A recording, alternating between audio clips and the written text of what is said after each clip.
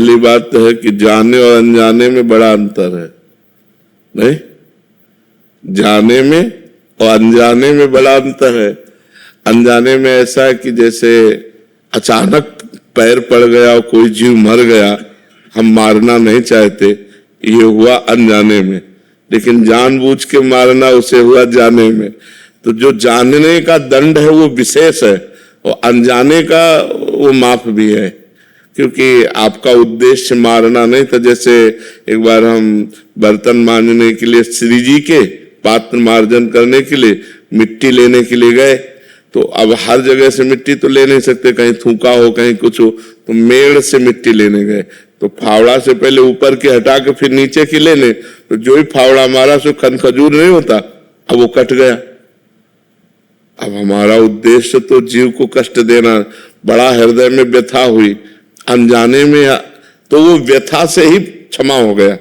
जैसे हृदय में जलन हुई ना कि अरे राधा राधा राधा ऐसा कैसे हो गया, ये तो वो जो अंदर व्यथा हुई तो अनजाने में हुए पाप। जैसे आपका पैर पड़ गया, कोई जीव मर गया, आपके हृदय में ताप हुआ, वो उसी समय समन हो गया।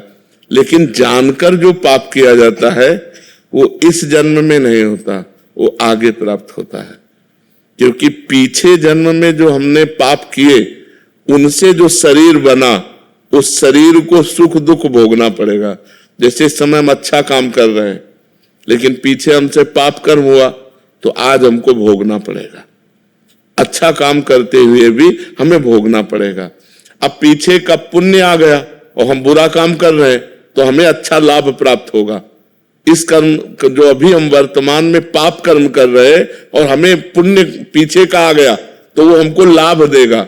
तो पाप कर्म का फल लाभ तो होता नहीं, धर्म का फल हानि तो होता नहीं। लेकिन धर्म करते हुए भी हानि देखा जाता है और पाप करते हुए भी लाभ देखा जाता है।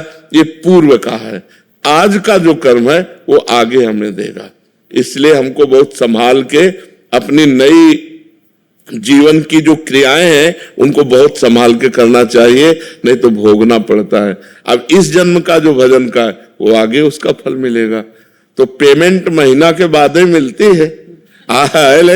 लेबरी बात अलग है कि, और लेबरी में भी शाम तक तो इंतजार कर तो ऐसे थोड़ा अंतराय में एक जन्म के बाद फिर हमें अपने कर्मों का, अगर कोई भयानक पाप बन जाए तो फिर तुरंत लागू हो जाता है। साधु अवज्ञा तुरंत भवानी, कर कल्याण अखिल के हानि। जैसे किसी संत महापुरुष की हत्या, संत महापुरुष का अपराध, फिर वो तुम्हारा सर्वनाश कर देगा, वो तुरंत लागू हो जाएगा।